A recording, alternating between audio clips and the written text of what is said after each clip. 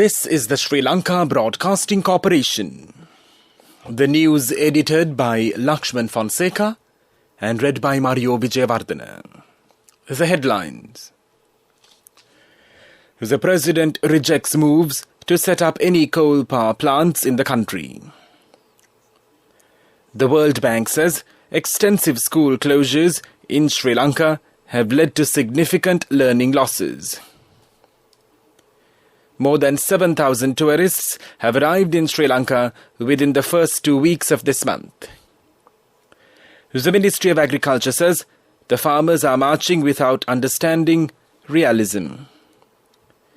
The Planters Association commended the government's decision to allow imports of nitrogen-based fertilizer for tea cultivation. Reports say some farmers are backed by anti-government groups. The Saudi-led coalition supporting Yemen's government says it has killed 160 Houthi rebels in air raids.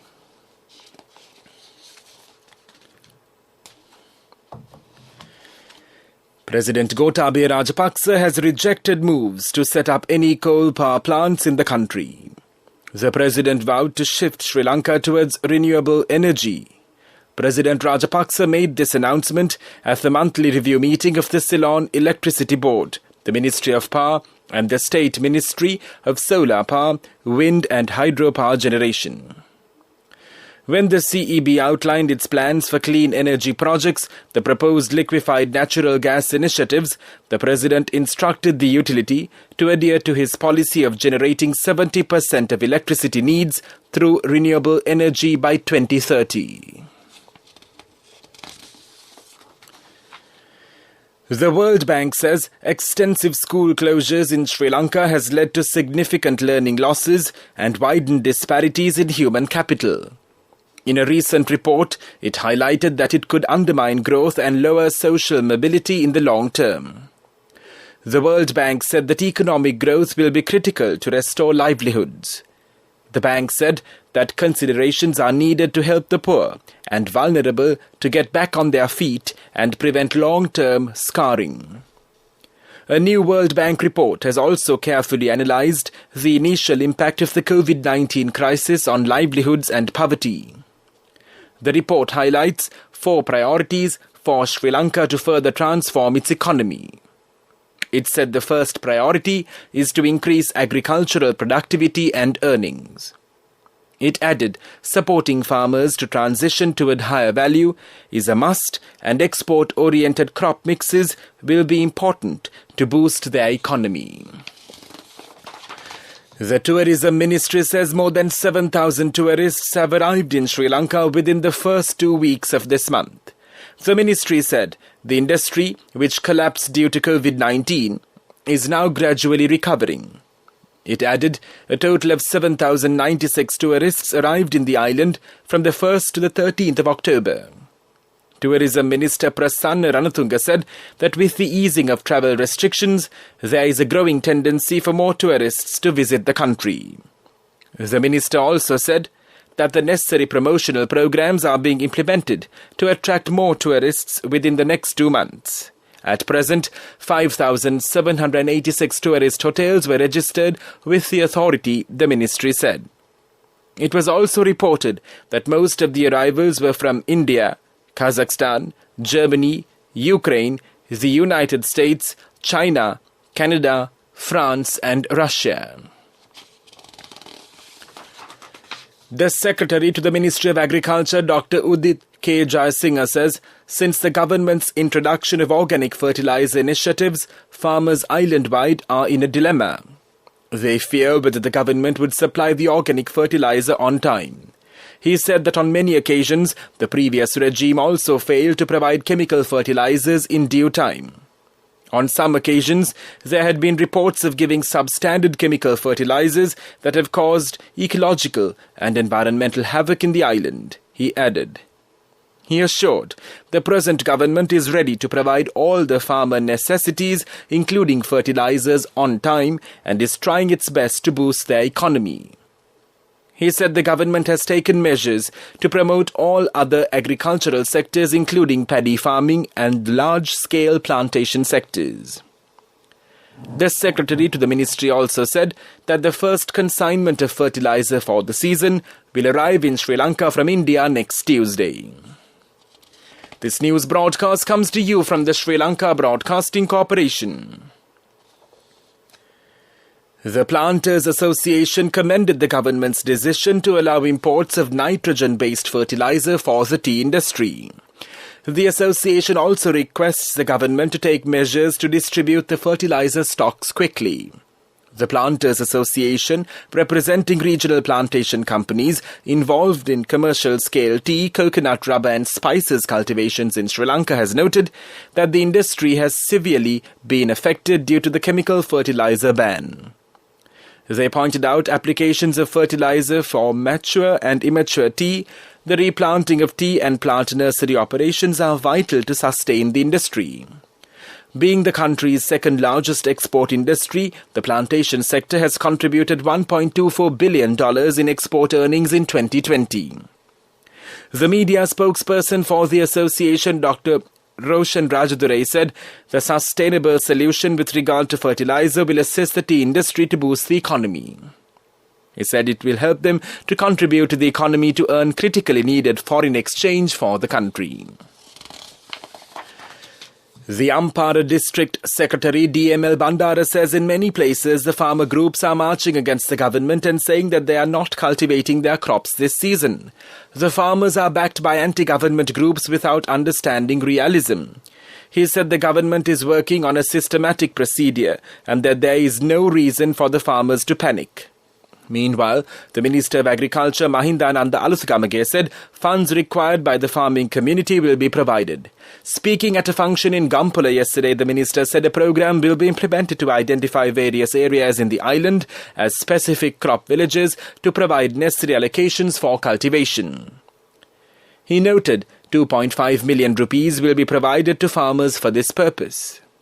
The minister claimed that if more than half an acre can be used for cultivation, water, motors and pipelines will be provided by the government. Moreover, the Ministry of Agriculture states that 22 million litres of special liquid fertilizer with nano-nitrogen sources, which are used in the world for eco-friendly agriculture, will be received in the next few days. Hundreds of Sri Lankan fishermen from the north and the east set out to sea en masse this morning against the Indian fishermen poaching in the seas of Sri Lanka. Fishermen were seen hoisting black flags on their vessels as they sailed from Mullaitivu to Point Pedro in protest against Indian fishermen, especially bottom trawling, a technique that is illegal and leaves ocean life completely devastated. TNA parliamentarian M.A. Sumandiran says this is an attempt to protect the lives of the Sri Lankan fisher community. In April 2015, Sumandiran presented a bill in Parliament seeking to prohibit merchandised bottom trawling in Sri Lanka's territorial waters. The private member's bill calls for the amendment of the Fisheries and Aquatic Resources Act No. 2 of 1996. The TNA lawmakers' bill also specifies action to be taken against persons engaged in trawling operations in contravention of these provisions. That's local news. A mother knows the pain of each member of the family. Siddhalepa, the trusted relief for aches and pains. An effective therapy for relief from cold, sneezing, flu, headaches, swelling due to toothaches, rheumatic, discomforts, and muscular aches and pains. Siddhalepa, the Veda Mahatmya in every home. The main news story is brought to you by Siddhalepa Veda Mahatmya. The World Bank says extensive school closures in Sri Lanka has led to significant learning losses and widened disparities in human capital. In a recent report, it highlighted that it could undermine growth and lower social mobility in the long term. The World Bank said that economic growth will be critical to restore livelihoods. It added that considerations are needed to help the poor and vulnerable get back on their feet and prevent long-term scarring. A new World Bank report has also carefully analysed the initial impact of the COVID-19 crisis on livelihoods and poverty. The main news story was brought to you by Siddhalepa Veda Mahatmya. Brush your teeth twice a day for healthy teeth and gums. Supiriviki and Kakulu, your trusted brands in oral care for many years. Supiriviki Ayurvedic toothpaste for adults. Kakulu Ayurvedic toothpaste for kids. 9 Ayurvedic ingredients of Supiriviki will protect your teeth and strengthen your gums. Supiriviki and Kakulu, products from Siddhaleba. And now in Watch Light. The American Automobile Association AAA warns drivers not to over-rely on advanced safety systems in cars like automatic braking and lane assist systems during inclement weather. New research from the organization found that heavy rain affects safety features from functioning properly, which can result in performance issues. During AAA experiments, vehicles equipped with automatic emergency braking that travelled at 35 miles per hour collided with a stopped vehicle 1/3 of the time.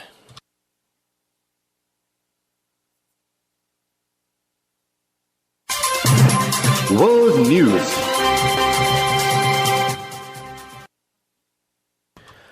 The Saudi-led coalition supporting Yemen's government says it has killed 160 Houthi rebels in air raids. Social distancing at Mecca's Grand Mosque dropped.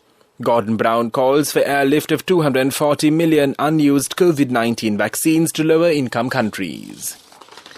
The Saudi-led coalition supporting Yemen's government says it has killed 160 Houthi rebels in air raids south of the strategic city of Marib. The coalition said that they have carried out 32 strikes in Abdiya over the past 24 hours. The state-run Saudi press agency also said 11 military vehicles were also destroyed and more than 160 terrorist elements eliminated. The rebels rarely comment on reported losses and the toll could not be independently verified. The coalition has said that since Monday more than 700 rebels have been killed in air attacks in the battle for Marib. The Grand Mosque in the Muslims' holy city of Mecca, Saudi Arabia, has returned to operating at full capacity, with worshippers praying shoulder to shoulder for the first time since the coronavirus pandemic began. Today, floor markings that guide people to social distance in and around the Grand Mosque were removed. The official Saudi press agency reported that it was in line with the decision to ease precautionary measures and to allow pilgrims and visitors to the Grand Mosque at full capacity.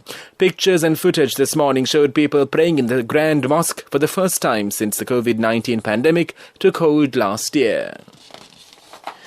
Former UK Prime Minister Gordon Brown has called for an immediate airlift of unused COVID jabs to poor countries in the global south. Brown, an advisor to the World Health Organization, is pressing the leaders of Canada, the European Union, the United Kingdom and the United States to hold an emergency summit to agree on the airlift ahead of the G20 meeting later this month. He said an airlift of 240 million doses this month could save 100,000 lives. It would be the first part of a plan to transfer 1 billion vaccine doses from rich countries to lower-income countries. Brown said the project would require the military to mobilize aircraft and ground support to carry out the distribution of vaccines to 92 low-income countries where vaccination rates are at 5%. And now the main points of the World News segment once again. The Saudi-led coalition supporting Yemen's government says it has killed 160 Houthi rebels in air raids. Social distancing at Mecca's Grand Mosque dropped. Gordon Brown calls for airlift of 240 million unused COVID-19 vaccines to lower-income countries.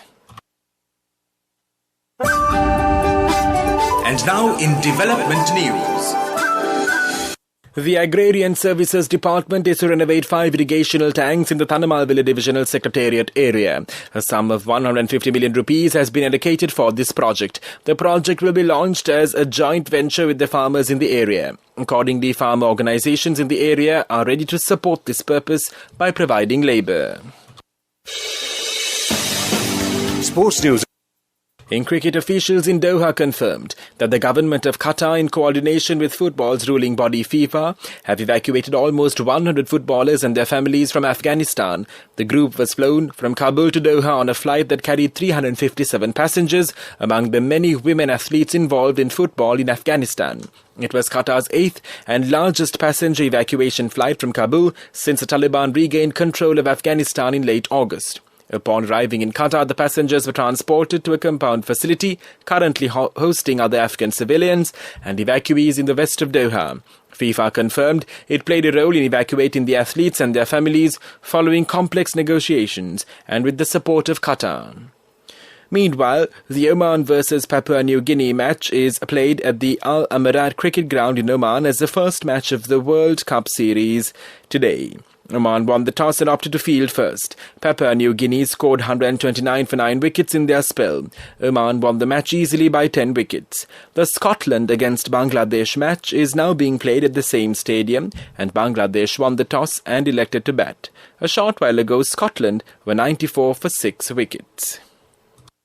Cash through NSB globally and win wonderful gifts locally. Will you be the lucky winner of the NSB Golden Jubilee? 50 gold sovereigns for the top prize winner of the NSB Golden Jubilee. Scooters for the 10 second prize winners. iPhones for the 10 third prize winners. Mountain bikes for the 29 fourth prize winners. From October 1st, 2021 to September 30th, 2022.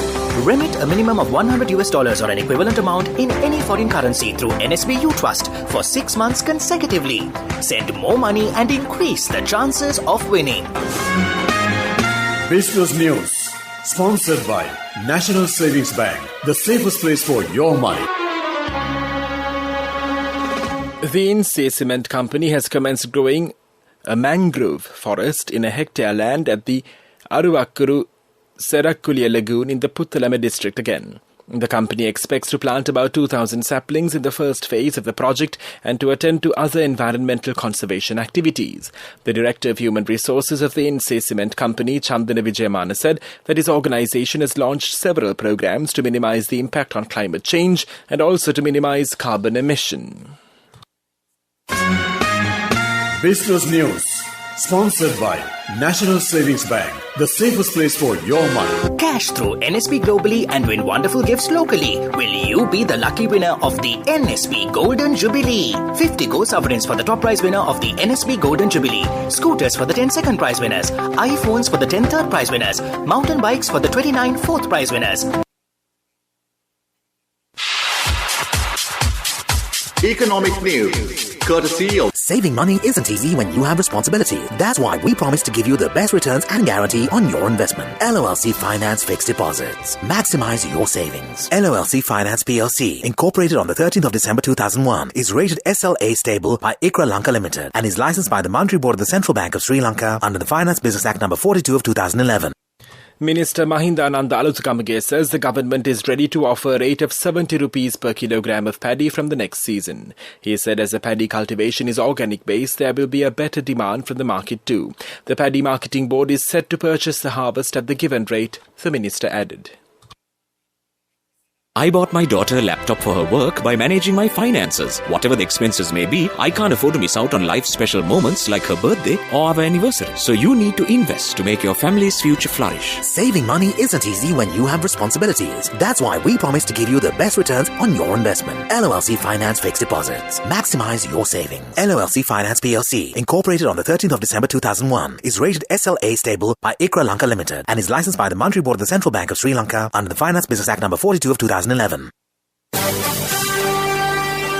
Weather report. The Met Department says showers or thunder showers will occur at times in the Sabaragamu and the Central Province. Several spells of showers will occur in the Western and the Northwestern Provinces and in the Gala and Mathura districts. A few showers may occur in the Northern and North Central Provinces as well.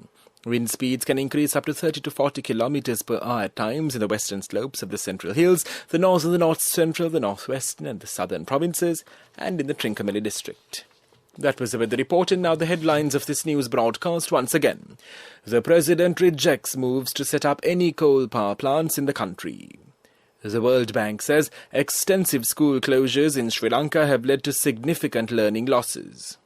More than 7,000 tourists have arrived in Sri Lanka within the first 2 weeks of this month. The Ministry of Agriculture says the farmers are marching without understanding realism. The Planters Association commended the government's decision to allow imports of nitrogen-based fertilizer for tea cultivation. Reports say some farmers are backed by anti-government groups. The Saudi-led coalition supporting Yemen's government says it has killed 160 Houthi rebels in air raids. That concludes this news broadcast.